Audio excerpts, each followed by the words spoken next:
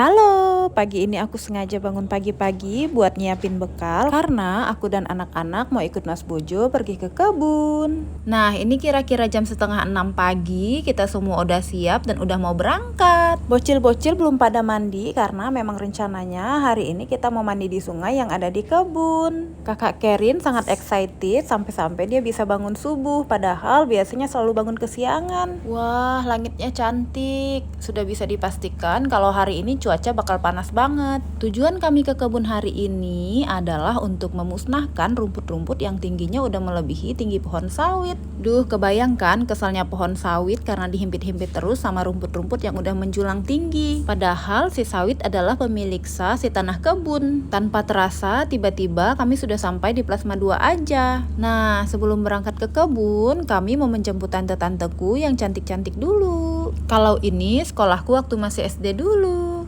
Oke, lanjut. Ini tante-tanteku udah pada datang. Jadi tanpa menunggu lama kita mau langsung berangkat aja.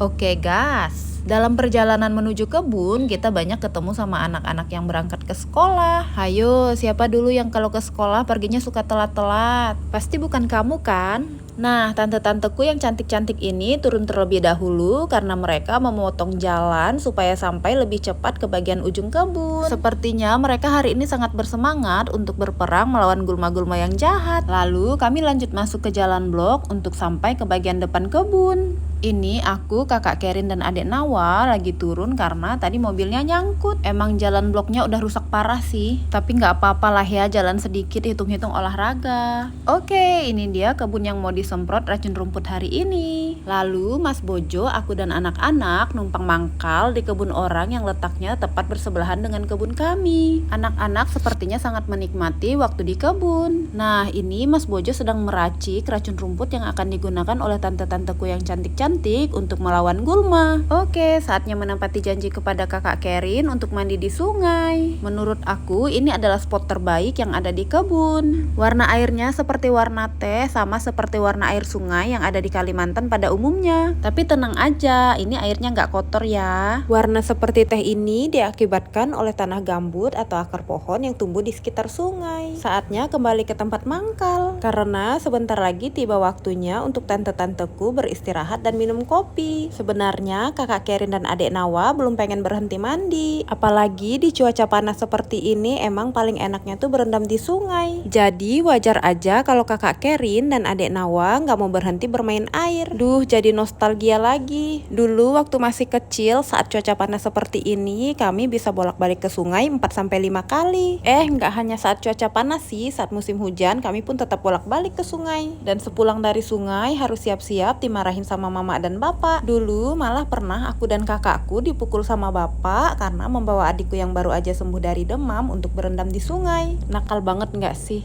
Oke, lanjut. Saatnya mas-mas barista Jawa beraksi. Kalau di Kalimantan tempatku tinggal, sepertinya kopi adalah minuman wajib yang harus selalu ada di setiap kegiatan. Duh, panas mataharinya semakin terik ya. Sudah waktunya bagiku untuk memasak menu untuk makan siang. Menu kami kali ini adalah ayam sambal balado dan juga lalap labu siam. Nah, ayam sambal baladonya udah matang. Semuanya juga udah berkumpul di tempat mangkal. Sambil ngobrol, satu persatu bekal udah mulai dikeluarkan. Mas Bojo membantuku untuk mengedarkan makanan yang udah dimasak tadi. Sebenarnya masing-masing juga udah membawa bekal dari rumah. Tante Mama Maya membawa sayur daun ubi tumbuk kesukaan banyak orang. Kalau aku makan di kebun kayak gini, apapun menunya udah pasti lahap. Oke, mari kita makan.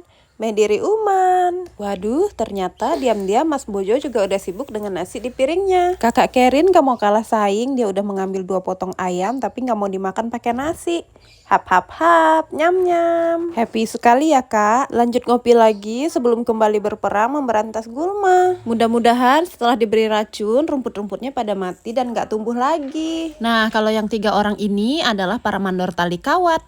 Kerja kendor, makan kuat. Gak kerasa hari udah siang aja. Rumput-rumput udah hampir semuanya disemprot dengan racun. Please, kalian mati ya rumput. Oke, pekerjaan udah selesai. Saatnya pulang dan beristirahat di rumah. Gak kerasa rupanya kita udah berada di kebun selama kurang lebih 6 jam. Kakak Kerin pengen duduk di bak juga, tapi ditolak sama nenek-neneknya. Karena pakaian mereka sudah terkontaminasi sama racun rumput yang sangat berbahaya, terutama untuk anak-anak. Gak apa-apa ya kak ya, itu bukan karena nenek nggak mau dekat-dekat sama kakak, tapi itu semua demi kebaikan kakak. Oke lanjut, sebelum kami pulang ke rumah, kami mau mengantarkan tante-tanteku yang cantik-cantik dulu. Oke, kegiatanku bersama Mas Bojo dan anak-anak hari ini sudah selesai. Saatnya pulang ke rumah, mari kita beristirahat. Terima kasih untuk teman-teman yang udah menonton video ini sampai akhir. Semoga hari-hari kalian juga menyenangkan. Sampai jumpa di video selanjutnya. Bye-bye.